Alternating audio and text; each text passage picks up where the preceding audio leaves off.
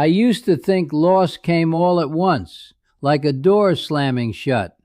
But now I know it happens quietly, one small thing at a time, until one day you look around and barely recognize your own life. My name is Harold, and I'm 87 years old, and I didn't notice how much time had taken from me until there was almost nothing left to hold on to. When you're young, you believe time is something you carry with you, something that belongs to you. I remember being in my 20s, rushing through mornings, skipping breakfasts, always chasing the next thing. There was always somewhere to be, something to prove, someone to impress. I thought that was living. I got married when I was 29. Her name was Eleanor. She had this quiet way about her, like she didn't need to fill the room with noise to be noticed. I, on the other hand, was always busy. Even on our wedding day, I remember checking my watch, worried about being late to something that I can't even remember now. Funny how that works. We built a life together. At least that's what I told myself. A house, 2 children, steady work. I provided, I showed up, I did what was expected.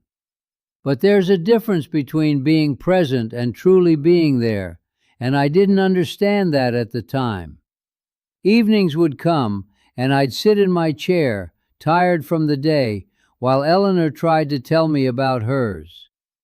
I would nod, half listening, my mind already drifting to tomorrow. The kids would run around, asking me to watch, to play, to listen, and I'd tell them, maybe later. There was always a later. Time didn't argue with me.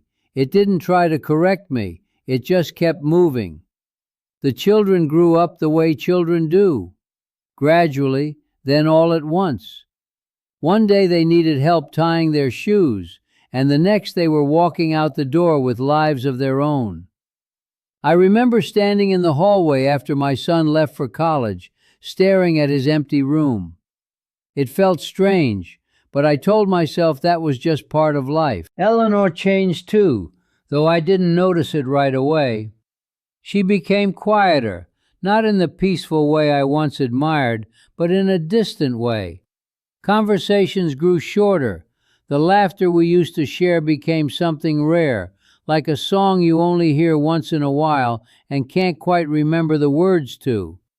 There was a night, I think I was in my late 50s, when she sat across from me at the dinner table and asked, "Do you ever feel like we missed something?" I didn't understand the question. I told her we had everything we needed, a good home, healthy children, stability. I thought that was enough. She nodded, but it wasn't agreement. It was acceptance. Looking back now, I think that was the moment something slipped through my hands, something I didn't even realize I was holding.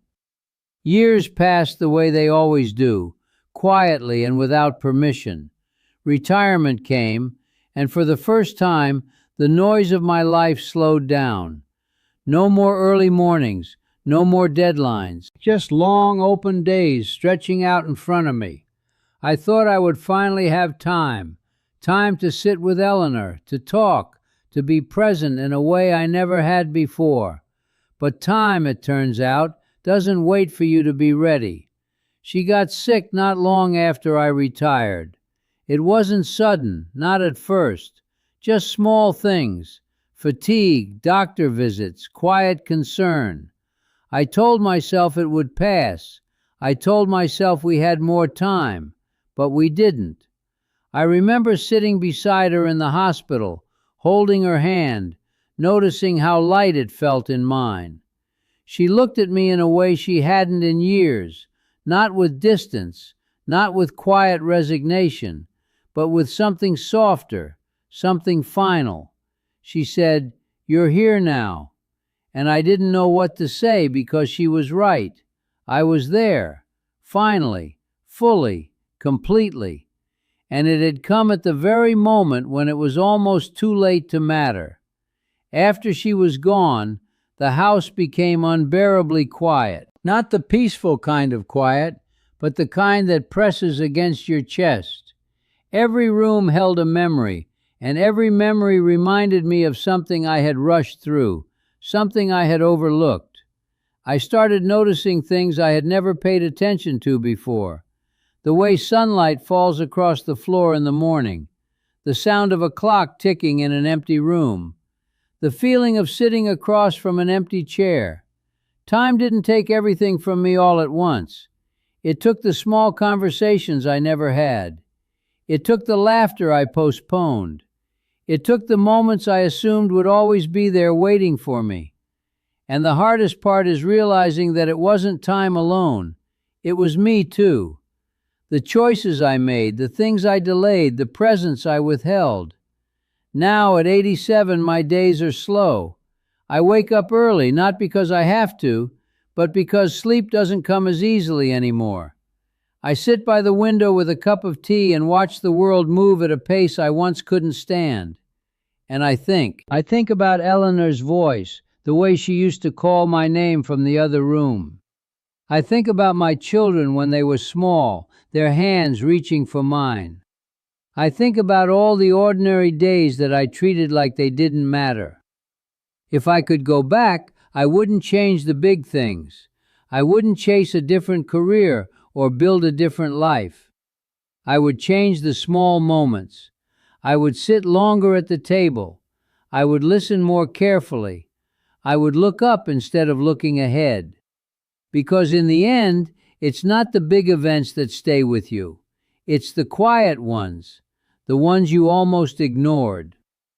Time is a strange thing. When you're young, it feels endless. When you're old, it feels like it was never really yours to begin with. So if you're listening to me now, wherever you are, whatever stage of life you're in, don't wait for the right moment to be present. Don't assume that the people around you will always be there, unchanged, waiting for you to finally slow down. They won't.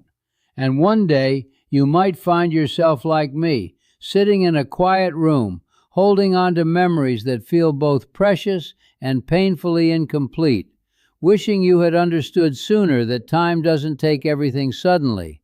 It takes it slowly. And by the time you notice, it's already gone.